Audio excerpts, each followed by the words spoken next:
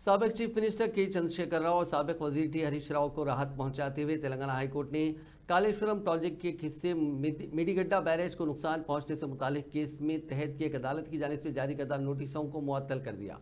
BRS के कायदीन ने इन नोटिसों को कलअदम करार देने के लिए दरखास्त दाखिल की थी, जिसके बाद हाईकोर्ट ने यह अहकाम जारी किए।